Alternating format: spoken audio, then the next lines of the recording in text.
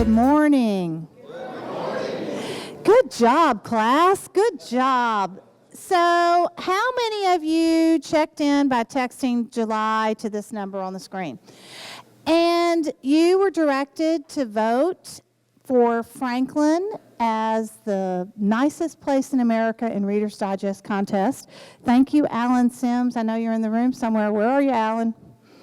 Where are you? There he is. He's not actually in the room. He's coming back in the room. But thank you, Alan, for being the person who submitted Franklin as the nicest place to live in Tennessee. And we are competing to be the nicest place in America in the Reader's Digest contest. And I will remind you that Gallatin won a few years ago, and I think we're way nicer than Gallatin. So it's not too late. My sister lived in Gallatin. I've been to Gallatin a lot. I used to work in Gallatin. We're nicer than Gallatin, okay, as a place to live. So if you haven't had a chance to do it, you can do it anytime today to text that word and you'll get a chance to vote. Just as a reminder, you can vote every day on every device you have through July 21st at 11 a.m., I think it is, for Franklin to be the nicest place in America. So, yes? Yes, tell your friends to do it too. Share it on your Facebook and social media and in your office. Again, I'm Mindy Tate, Executive Director for Franklin Tomorrow, and welcome to Frank Talks this morning. We want to say thank you to our partners, which include Williamson Medical Center, and we have a message from them in just a few seconds. But also want to ask Harrison Crabtree is here from Renaissance Bank to come up and give us an update. People say things go slow in Franklin. Let me tell you, this branch on Columbia Avenue of Renaissance Bank is not going slow. So give us an update, Harrison. Thanks, Mindy. I do want to say hi to Tiffany Martin. She just joined our bank from Franklin Synergy Bank, so we're glad to have her. Our bank started in January and is supposed to be finished July the 29th. And so we're going to probably move into our office the first week of August. So we're excited to be back downtown. And you all come and see us, and please bank with us. Thank you so much. Another thing that's happening in July, and I'm going to get a minute, I'm going to have Nancy Conway come up and do our Did You Know moment. How many of you have a historic Franklin license plate? How many of you have a historic Franklin license plate with the number under 1,000? You probably are renewing that this month or next month, and maybe you need to add one. I don't know. Or those of you who didn't raise your hand and your car tag comes up for renewal soon, please consider showing your civic pride by getting a historic Franklin license plate, because half of the additional money charged for that comes back to Franklin Tomorrow. We also have another special guest with us this morning, Representative Sam Whitson. Hey, Sam, thank you. Do you have a summer update? Anything?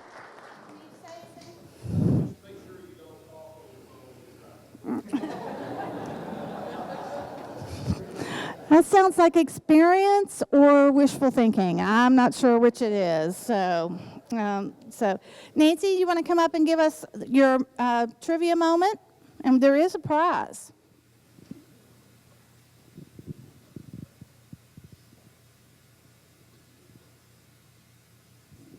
Thank you, Mindy. Good morning. Should I not have had the pleasure of meeting you, I'm Nancy Conway.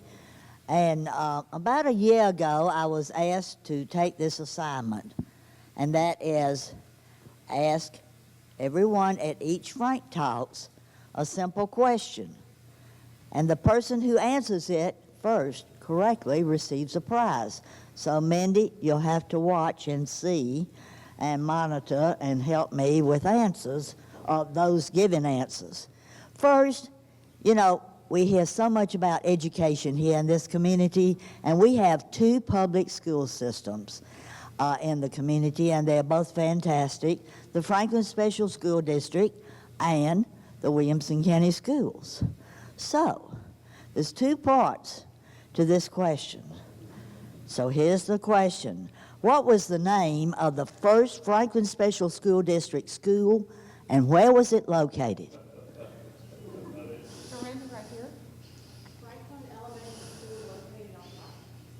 Located where? She said 5. Yeah, Dorinda. Okay, Dorinda is so close, it's unreal. It was not. It was not called Franklin Elementary. It was called Franklin Grammar School, located at 5 Points in downtown Franklin. And just for you to know that that site was originally the site of the Franklin Female Institute. So when that building no longer was used, it was taken down, and the Franklin Grammar School was built in 1907, and the building regrettably burned in 1962. Now today, Franklin Special School District has 8 schools, 3,850 students. Thanks. Congratulations. Dorinda gets our prize. Dorinda gets our prize, and it is a Frothy Monkey gift card. So, yay. Great. So we have a short message. We want to thank Williamson Medical Center for being a sustaining partner this year and our presenting partner for our Frank Talks events. So got a video here. I think the most impressive thing about working at Williamson Medical Center is how happy the patients are. When a patient comes here for their surgical care, they'll be surprised to see how well they're treated.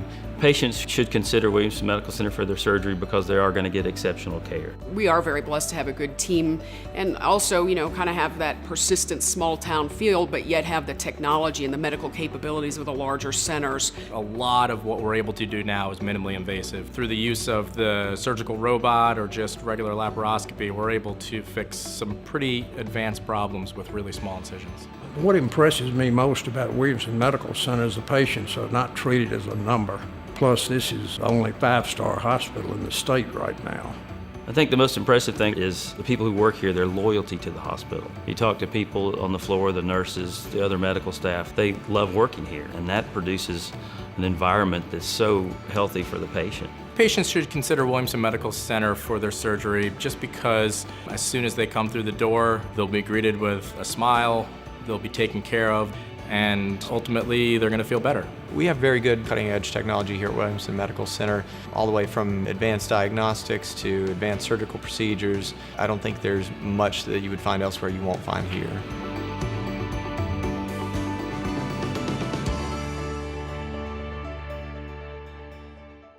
Thank you, Williamson Medical Center, for being our sustaining partner and our presenting partner for Frank Talks. We really appreciate that so much. So many of you are here because are you data nerds or junkies, or do you like this stuff a lot? Well, we're going to talk today with Eric Stuckey, our Franklin City Administrator, and Michael Walters-Young, who is the budget. I can never get it right. He'll give the right title because it's crafted to say the right thing, and I don't want to mess it up.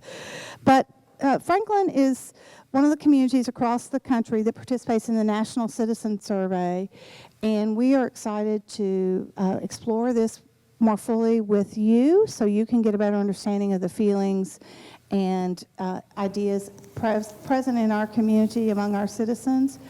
This is a scientific survey.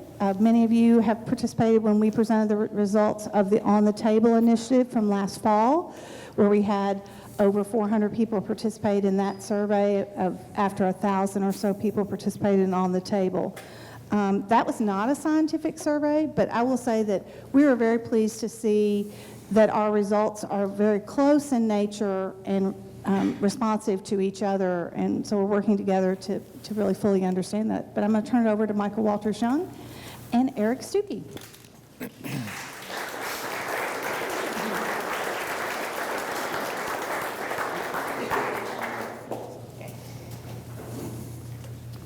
I got to get powered on here. Good morning, everybody. Good morning. It's great to see you all. I'm glad to be in a larger room. I just spent the last 4.5 days on a cabin at Dale Hollow Lake, probably about the size of these 2 tables to the wall. It was great with my whole family. We had a great time. It's a wonderful place to water ski. I wish there were just a few fewer people water skiing at the same time I wanted to water ski, but it was great. And I hope you all had a great 4th of July holiday. And we're jumping right back in to share with you today the results of our citizen survey. And this is the 3rd citizen survey we've done in the last 7 years, and the 2nd of this kind with the National Citizen Survey, which is a survey taken by about 600 cities across the country, ranging from a couple hundred up to very large cities like Phoenix, which have 1 million people in it. So we have a pretty interesting cross-section to compare ourselves against in terms of what our citizens say and how they respond. So here's kind of the roadmap for today.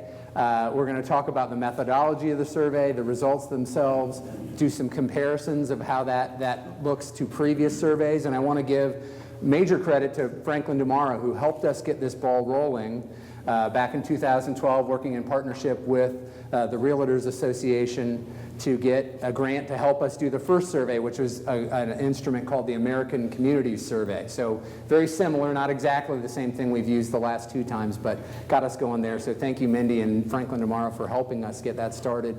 The 2016, which is pretty much the identical survey, so it's very comparative, obviously. And then look at some of the benchmarks to other cities across the country, other cities our size, to give you a sense of where we are. And I want to thank the Board of Mayor and Aldermen for helping us support this initiative. It's important to ask this question, but it's not inexpensive. We have to spend a little money to do this, and they stepped up and said it's important to ask these questions. So I want to thank them for being willing to do that. And I want to have Michael take it away from here to take the first part. And Michael's position is Budget and Strategic Innovation Manager. So when you look at the great budget that we put together that has all these communication elements to it and really put the whole package together, not just numbers and not just what we're spending, but what we're investing in the community. Michael really helps us do that and runs a great budget process with the rest of our team. So, and just celebrated recently 5 years with the City of Franklin. Yes, it did. Congratulations. Take it away. Thank you, sir. Good morning, everyone. Hope you had a good 4th. Eric is very kind in his comments. Keep in mind that the budget that we try to do, like everything we try to do, is done as a team. And what I think you're going to see as we go through this presentation is you're going to see that the City of Franklin and our citizens have a lot of commonality in their responses. We all kind of work as a team to build a better community. So as Eric said, the survey is the National Citizen Survey. It's run by the National Research Center out of Boulder, Colorado. We've contracted with them now for 2 cycles in a row, so one in late 2016 and this one in late winter, early spring of 2019. There are 7 separate reports, as you can see listed on the screen. They're all available online. We're going to give you a summary presentation of all these various reports. There's over 300 pages of data and information and open-ended comments and methodology and maps and all sorts of things. So you can get as deep and as data geeky as you want. Some of us really dig that. You may not, which is why we're here to do this in about half an hour. So the survey was conducted in 2 ways. There's a scientifically valid survey, and then there is an all-comers survey. The scientifically valid survey is what you're going to see the results of for the remainder of these slides. We sent out 2,800 mailings and invitations to people who were randomly selected by the National Research Center. Keep in mind they've been doing this for decades now, and so their methodology is top-notch. We give them a GIS file. They contact the U.S. Postal Service to make sure that there is a random sampling of those 2,800 households throughout the corporate boundaries of Franklin. Don't worry, Brentwood was not sampled. Williamson County outside was not sampled. This is just a sampling of people within the city of Franklin. We started this process in early February 2019. A first mailing was sent out with a pre-notification postcard. A second mailing was sent with the mayor's and Eric's signature, encouraging people to fill this out. And then a third and final mailing contained a reminder letter and another survey. Completed surveys were then collected over the following 8 weeks. About 4% of the 2,800 surveys came back to us as simply undeliverable. Whether that be homes, people had moved, or whether that be apartments where, people just, they had changed, the residents weren't there, what have you. Which left a remaining 2,702 households that received the survey, and 792 of those completed it for a response rate of 29%. Of the 792, 135 were completed online. Keep in mind the national average is around 26%. So yet again, we perform a little bit better than the nation, something we try to do in everything we do. We also opened the survey online on March 12th for 3 weeks, and we had over 1,500, nearly 1,600 surveys that came in via online. That's the all-comers survey. It's important to note when you compare 2016 to 2019 that almost a double of the survey respondents between the online and the scientifically valid responded to this survey than we had 2.5 years ago. We had lower response rates of the scientifically valid, but we had much higher of the online. And I think part of the reason for that was 2 years ago, we had it open for 2 weeks, and we kept it open for an extra week. We will certainly take note of that in the future to give us a little bit more time and continue to bump up our response rates. So the National Citizen Survey and their methodology has come up with a concept of community livability. That's really what they measure. And there's a couple of components to that. I'm going to walk you through that. This is more of, again, the methodology, the sort of data framework and geekiness. Bear with me. You've had coffee, you've had water. We'll marshal through this. They define livability as the sum of factors that add up to a community's quality of life. Seems pretty logical. Staff at the Research Center examined extensive research and continues to update this based upon the latest research that's going on in colleges and universities and polling and other survey tools. And they found that there are 8 facets of community livability. You have safety, mobility, the natural environment, the built environment. The difference between those, the natural environment would be your parks, your recreation spaces, how cities are laid out, versus the built environment, which would be sort of the buildings that you're in. So that's where planning and certainly building and construction would play more of an impact. The economy, recreation and wellness, education and enrichment, and community engagement. Those 8 community facets can then be summarized into 3 pillars. Those pillars are community characteristics. What are the inherent and acquired amenities, the design facets that make up a community?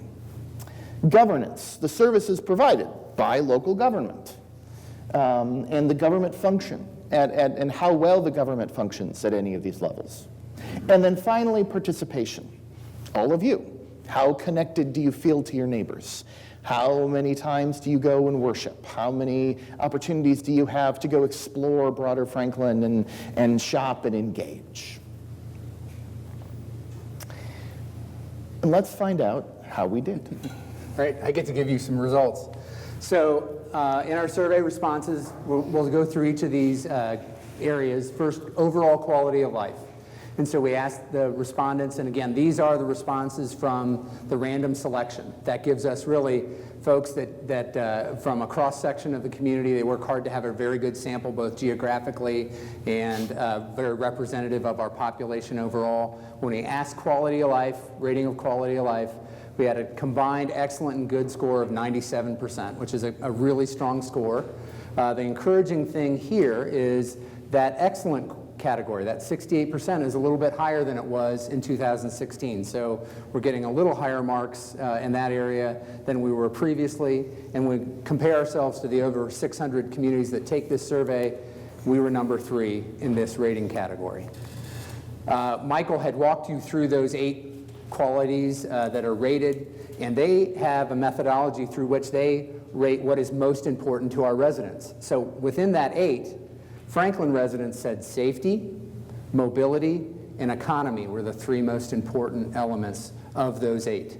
So that's what they put the highest value on when they rate those. Not that all of these are important, but those 3 came out on top. So when we look at a place to live, the community characteristics in that rating, that was a 99% excellent good rating, Franklin as a place to live. Again, higher ratings there than other city participants. And again, the excellent category moved up again, up to 74% rating at excellent. So again, that's encouraging.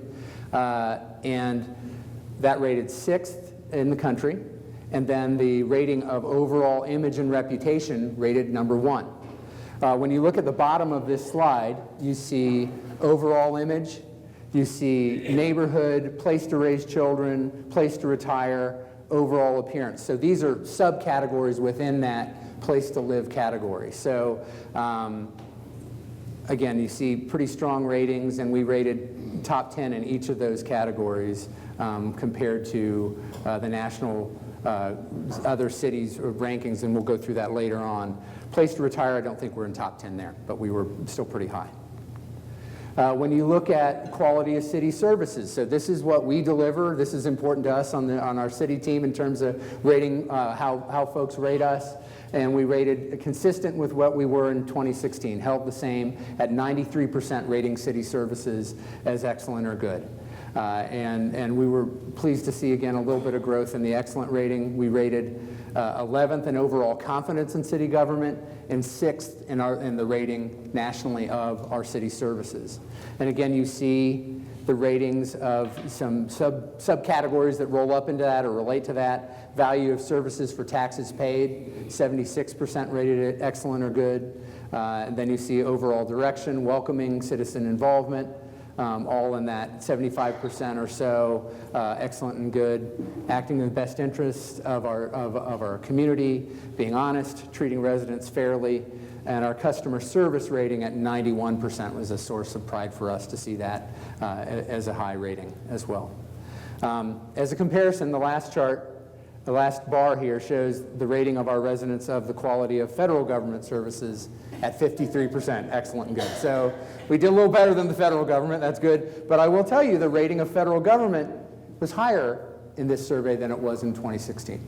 So that's another interesting result. So when we rated sense of community, we asked folks about that overall feeling within that pillar. There's a number of other ratings there as well. Again, 83% rated it excellent or good. We had folks who, we delved into specific participation. 2/3 had participated in religious or spiritual activities. 7 in 10 were in the natural environment interaction that Michael described that category, natural environment or built environment. And then 88% had not reported a crime, 94% said they had not been victims of crime, but still we asked them about safety and feeling of safety. And again, we see folks recommending Franklin at a 96% rate, and then a limited contact direct interaction said 37% had directly contacted City of Franklin employees, but still rated us at that level. So this is an important area. We asked this question, and this is where I think we hone in on one of the areas of concern or areas of focus for us going forward. We asked folks about their rating of the community's management of growth. And our target in our strategic plan is to be 80% or better. We hit that 80% mark with a satisfaction, a very or somewhat satisfied rating. But it's a little bit down than it was 2 years ago. It was 84% then. The very unsatisfied number did move from 1% to 7%. So that gives us something. You know, we got a little feedback that people were a little concerned about the pace of growth and the impact of growth on the community. Not a surprise, but important to recognize. We had an open-ended question where we said, tell us what concerns you. And we specifically said, other than transportation, because we didn't want to hear traffic, traffic, traffic. We get that. Tell us what else. We thought that was a better way to ask that question.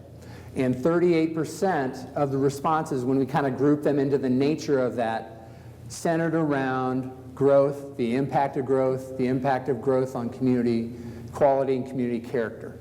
So we heard that, and that is larger than it was before, but that is by far the number one thing on people's minds. 38%. The next category was essentially attainable or affordable housing, which is about half of that in terms of a mention rate.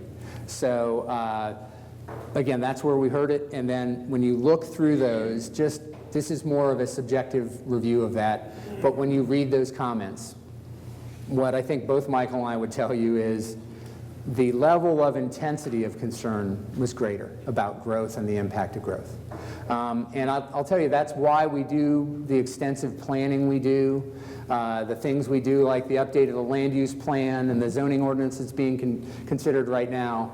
That's really all about setting plans in place that help us manage the growth of the community, the quality of life in this community, and that we are ready to handle it. And we have development regulations that are in place that most communities don't have, so that when development comes in, it's paying impact fees for roads, for water and sewer, for parks, for schools. Now the county has stepped up with their school impact fee structure. So all of those elements, we try to make sure we're managing and having growth help pay its way when it impacts our community. And growth is a reality of our region. This is one of the fastest growing regions in America. Both Franklin and Murfreesboro have been consistently on the Census Bureau's fastest growing cities in America with populations over 50,000. We've both been consistently in that top 10, top 20 in terms of growth rate. And so it's not a surprise that it lands there as a concern for our citizens, and to me it validates the focus we're putting on them on long-term planning, investing. We've just had conversations with the board about capital investments and targeting somewhere over $280 million of investments in the next 10 years to infrastructure needs in the community. And that goes on the heels of the last 5 years spending $170 million on infrastructure, 83% of which was transportation-related investments.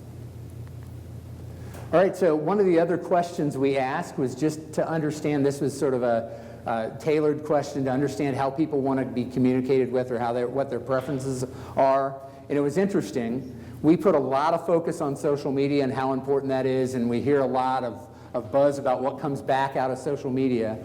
But our citizens and our respondents tended to be a little more old school. We had 79% saying they were likely or somewhat likely to use email, 70% phone, and then 55% in the in-person.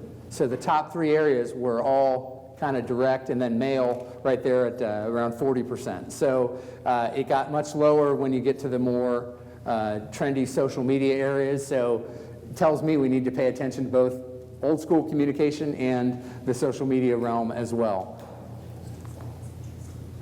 So, and then this is the open-ended question again, the categories. We talked a little bit about this already, but you see again, growth and loss of community feel due to growth as a primary concern, and then housing behind it, and then again, transportation came up even though we tried to sort of focus on the non-transportation related issues, and then you see safety, neighborhood quality, all in the single-digit area.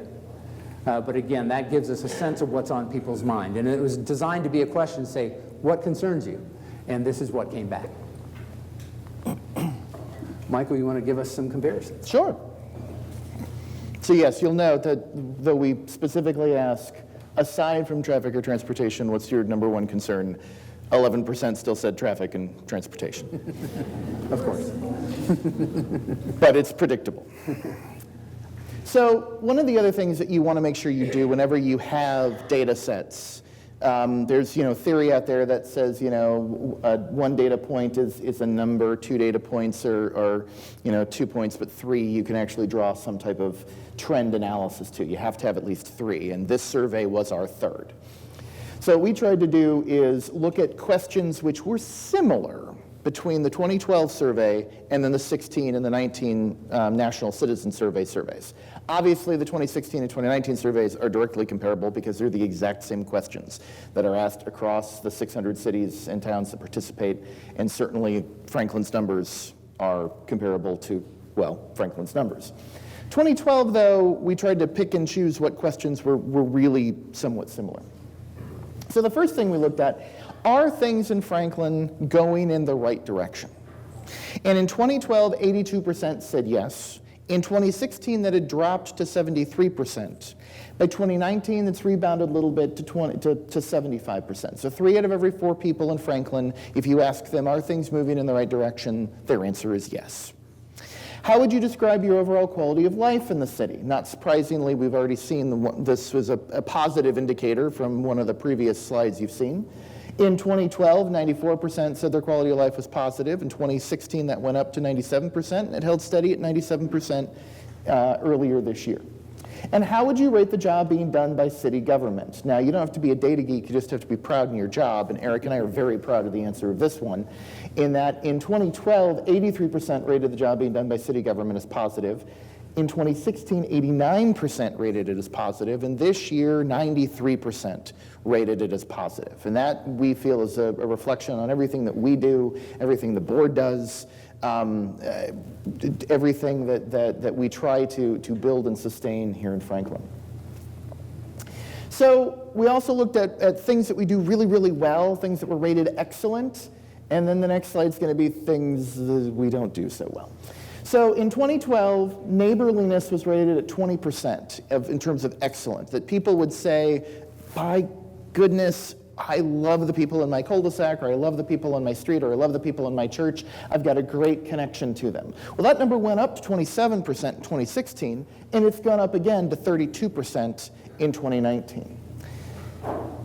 Economic opportunity and jobs. We all know this is part of the Franklin story, and we all know that it's been a very hard, intentional effort to make this one of the best places in America for job creation and economic opportunity, and the people reflect that. 8% rated the economy and economic opportunity and jobs as excellent in 2012. That's not surprising. Keep in mind, in 2012, we're still coming out of the recession.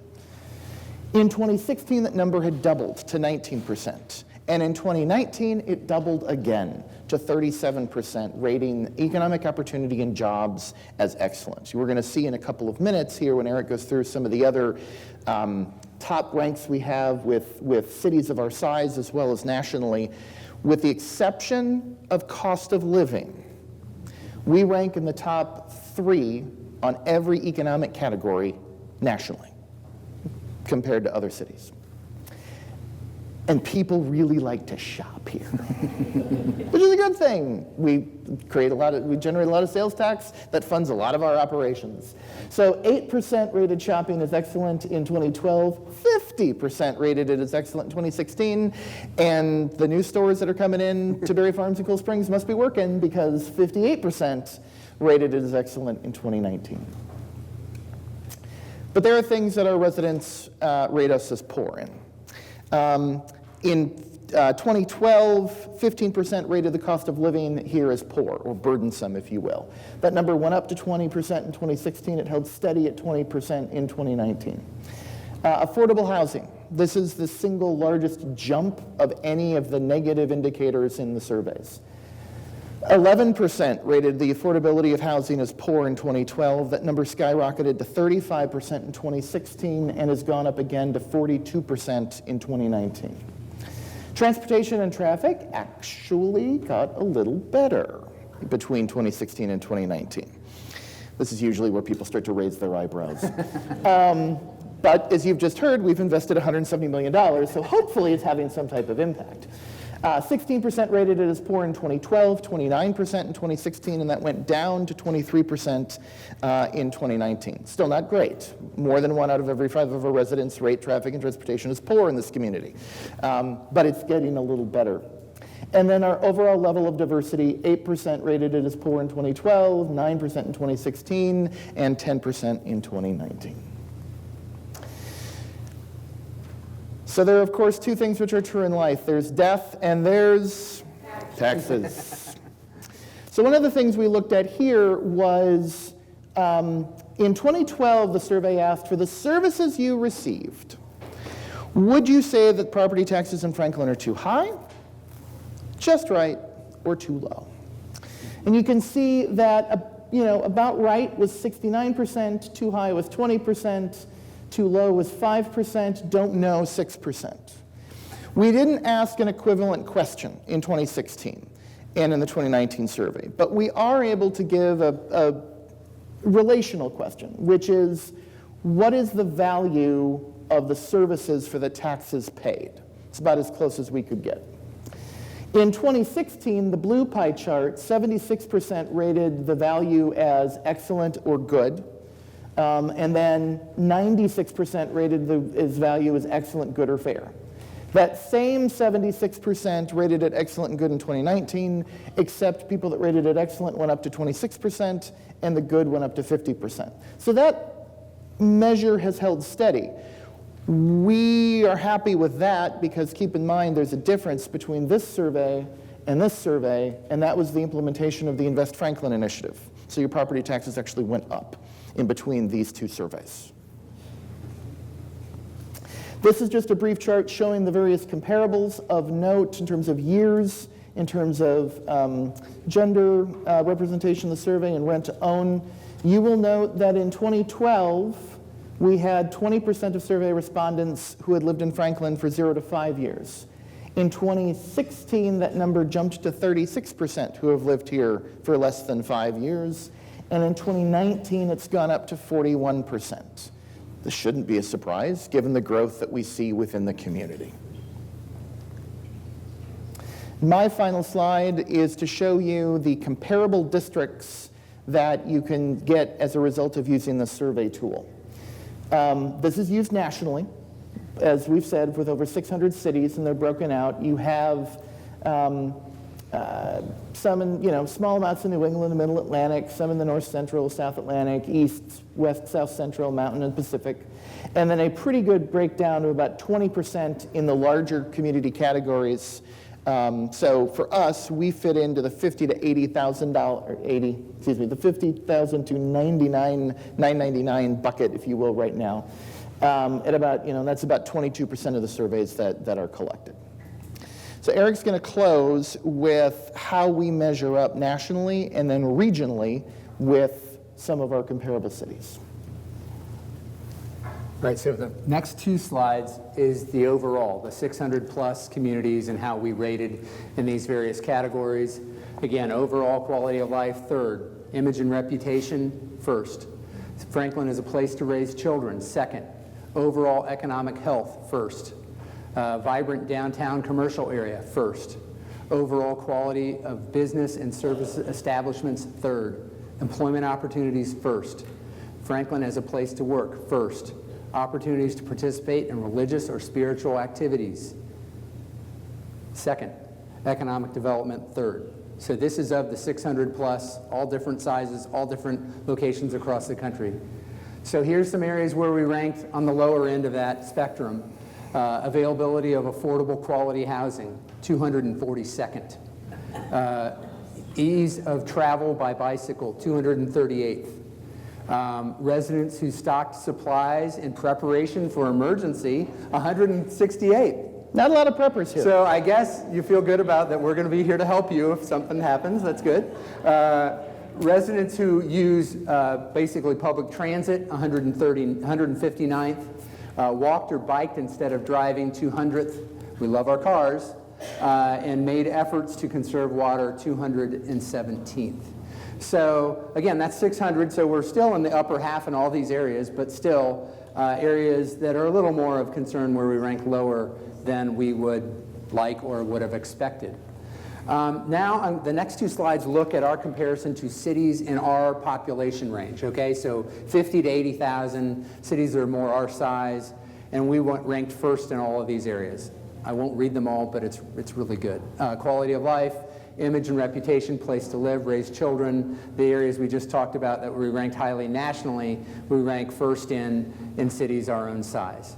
Place to visit, place to raise children, very important measures in our view.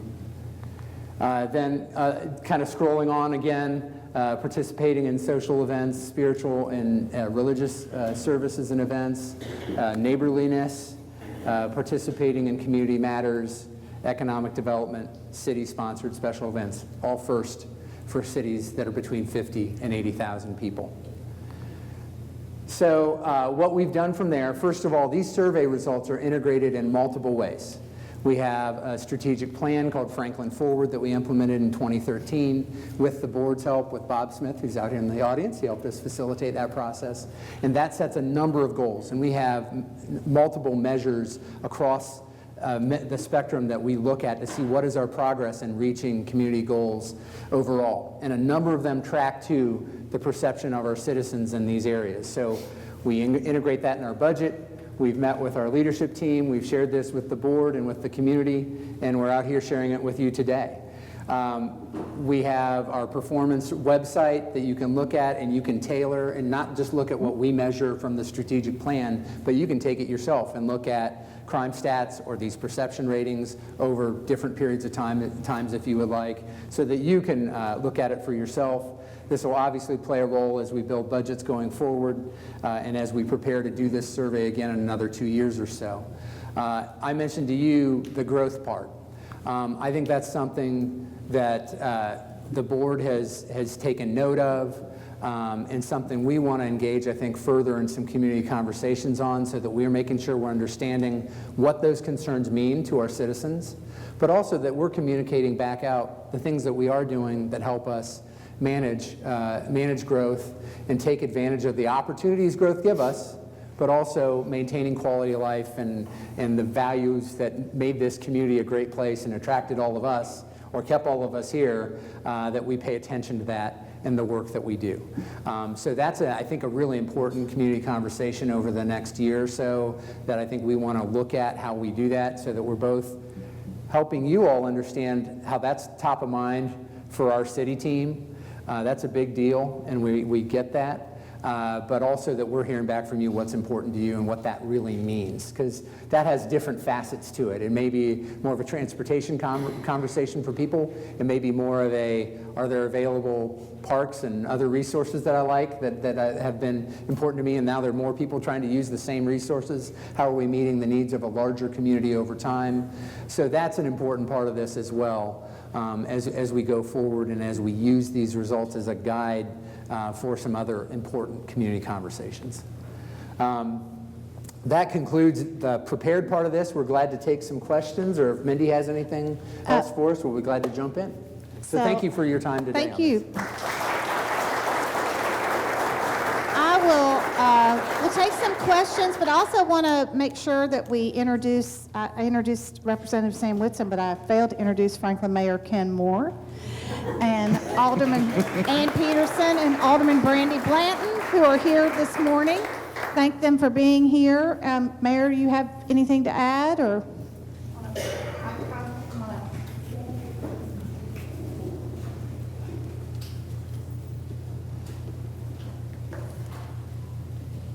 I can never top Eric Stuckey and Michael Walters Young. But I think the message is that we're serious about measuring how we're doing as a city. Those measurements are important to us. I think mentioned Bob Smith's work with us as far as the strategic plan for the city, which has been an important guideline for us. We have over 60 measures that we're measuring on a regular basis to see how we're doing. You know, we're putting a lot of effort and into making sure that we're doing the things that our community wants, and we're also noting that we have some challenges moving forward.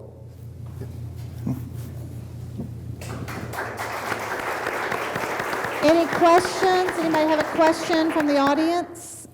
Okay, great. Well, thank you guys again. Thank you so much for being here.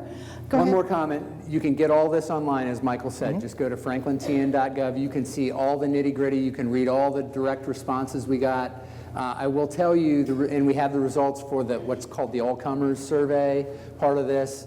The overall results are very similar to what you saw from the random survey, but it's important. We want to make sure everybody can see it. So if you really want to hone in on an issue or just see what those open-ended comments were, it's all there for you, and we want to make sure you can see that, because that's an important part of this, and people took time. About 1,600 of you took time on your own to do this survey, as opposed to the 2,800 we reached out to. So we really value that input, and that's something we're continuing to look at. So thank you. Thank you. Thank you. Say the comments say a lot. Yes. Right. Both parts. Yes, they sure do.